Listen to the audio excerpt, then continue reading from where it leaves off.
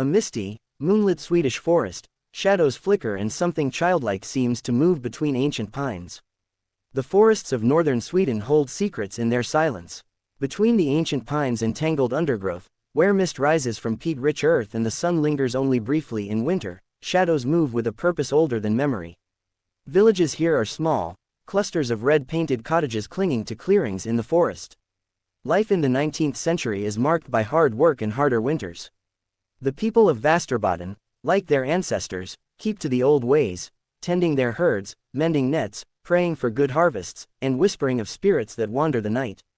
Among these tales, none is as chilling or sorrowful as that of the Myling, the restless ghosts of children denied baptism, doomed to haunt the places where they perished.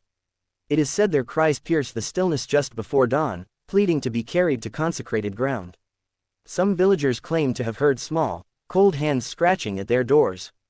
Others refuse to speak of such things at all, as if silence might ward off the supernatural.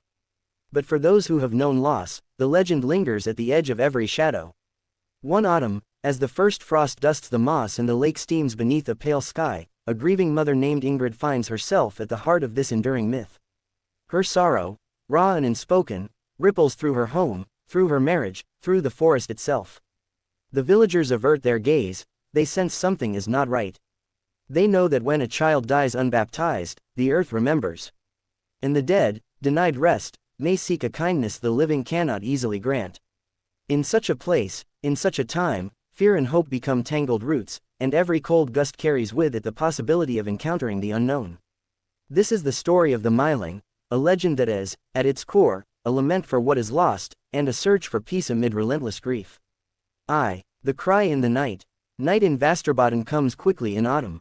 The days shrink until they are little more than blue-tinged sighs between dusk and darkness. Ingrid sat by the window, her hands twisting a ragged handkerchief. Her cottage, neat and sturdy, was quiet, too quiet since she'd buried her baby a month before. The child's cradle stood in the corner, untouched, the little knitted blanket folded with care that broke her heart anew each morning. Her husband, Anders, worked later in the woods these days, his grief driving him to long hours with axe and saw. Their words had dwindled to grunts and sighs. Ingrid's own mother had tried to comfort her, bringing soup and admonitions to pray, but the emptiness in Ingrid's arms was a wound that no words could heal. The Myling stands among moss and fallen leaves, raising a small hand in the spectral moonlight. Outside, the wind rattled the shutters and scattered pine needles across the garden. Ingrid shivered, standing to feed the fire, when she heard it, a cry, thin as spider silk but unmistakable. It came again, rising above the wind, then fading as if swallowed by the trees. Her blood ran cold. The stories came back to her. The Myling, small ghosts with voices like lost birds. She hurried to the door, heart pounding. The village lay hushed beneath the northern stars. The moon was bright, making each branch and stone a sharp black shadow. The lake beyond the field steamed, its surface ghostly under the sky. Ingrid stepped out, wrapped in her shawl, trying to convince herself it was only a fox or a nightjar. But the sound had pierced her in a way she couldn't ignore. With trembling steps, she walked to the edge of the forest. The trees seemed to lean in, their trunks crowding together as if to bar her path. Again came the cry, closer now, plaintive and urgent. She called out, her voice breaking. "Inga, is that you, little one?" Silence answered. Then, a rustle, a flash of white behind a stump. She felt the cold seep through her shoes and up her legs. Her mind warred between terror and longing. Every tale she'd ever heard of the Myling pressed against her reason. The priest had warned them, unbaptized children could not rest. Ingrid's daughter, born too soon, had never been christened. The thought twisted inside her. She pressed deeper into the woods, guided by the moon and the memory of her child's tiny hands. The cry came again, and this time it was unmistakably a child's voice, her child's, she was certain. Branches caught at her shawl, roots tangled her steps. She stumbled, weeping, but pressed on. At the heart of the thicket, she found a clearing where the ground sloped down to a hollow choked with moss and fallen leaves. There, in the cold blue glow, stood a figure, small, thin, with hair like flax and eyes that seemed to shine. "Inga," she whispered. The child looked up. For a moment, Ingrid saw only her daughter, perfect, alive, and smiling. Then the image wavered. The child's skin was too pale, her mouth too still. The air grew colder. Ingrid sank to her knees, arms open. The Myling stared, silent now, then raised one tiny hand and pointed to the earth at her feet. A chill realization crept over Ingrid. The stories were true. Myling sought only one thing, a proper resting place, a burial in hallowed ground. Tears streaked Ingrid's face. She'd been too ill after the birth, too weak to walk to the churchyard. Anders had buried the baby at the forest's edge instead, promising to move her later. But later had never come. The Myling's gaze bored into Ingrid. Shame and love warred in her heart. She gathered the small figure in her arms, cold as winter water. "I'll carry you," she whispered, voice shaking.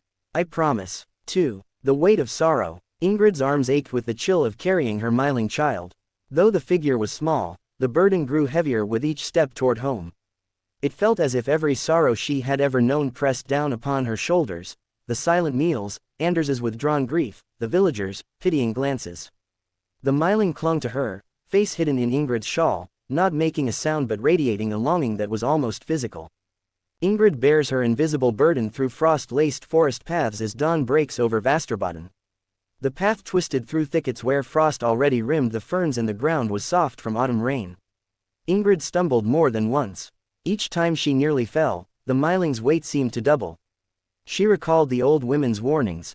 The longer a Myling is denied rest, the heavier it becomes, until the living can bear it no longer. Some stories ended with travelers crushed beneath their spectral burdens, never making it to consecrated earth. Ingrid gritted her teeth. She would not fail her child again. The forest pressed close around her, every shadow seeming to whisper, every creak and sigh of the pines reminding her of all she'd lost. The Myling did not speak, but Ingrid's mind filled with memories, the tiny hands that had once grasped her finger, the soft breath against her neck. She thought of Anders, his face lined with sorrow, and wondered if he too felt this weight, the knowledge of a promise unkept. When she finally reached her cottage, the fire had burned low. The Myling vanished from her arms as she crossed the threshold, leaving only a chill in the air and a single, damp footprint on the wooden floor. Ingrid sat by the fire, staring at the cradle. She resolved then, she would bring her daughter to the churchyard, no matter what it cost. Word spread quickly in small villages. The next morning, as mist curled over the fields and crows cawed from the treetops, Ingrid approached the priest's house. He was a stern man with a thin mouth and sharp eyes, but even he softened at the sight of her. She told him everything, the birth, the fever, the hurried burial at the forest's edge. She confessed her fears about the Myling, voice trembling. The priest listened in silence, his face unreadable. When she finished, he sighed and agreed to help, though he warned her that exhuming the dead, especially a child, was not a thing to be done lightly. That afternoon, Anders joined them at the forest's edge. His hands shook as he dug, but his movements were careful, reverent. Ingrid wept quietly as they lifted the tiny bundle from the earth, her child's face as peaceful as if sleeping. The priest intoned solemn prayers, blessing the ground and the child before them. Together, they carried the small coffin down the muddy path toward the churchyard, every step heavy with grief and hope. 3. The churchyard and the restless dead. The church in Vasterbotten stood on a low hill overlooking the lake, its whitewashed walls and slate roof visible from every field and farm for miles around.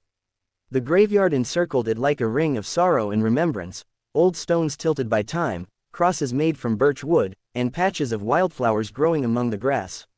As Ingrid, Anders, and the priest approached, villagers gathered at a distance. Some watched in silence, others crossed themselves or whispered prayers for mercy. The legend of the Myling was known to all, but few had ever seen it confronted so openly. Ingrid kneels by a child's grave as sunlight breaks through clouds over the churchyard. The burial was simple. The priest spoke of grace, of forgiveness, and of the love that binds even after death. Ingrid knelt by the tiny grave, pressing her palm to the earth as if to reassure her child that she was not alone.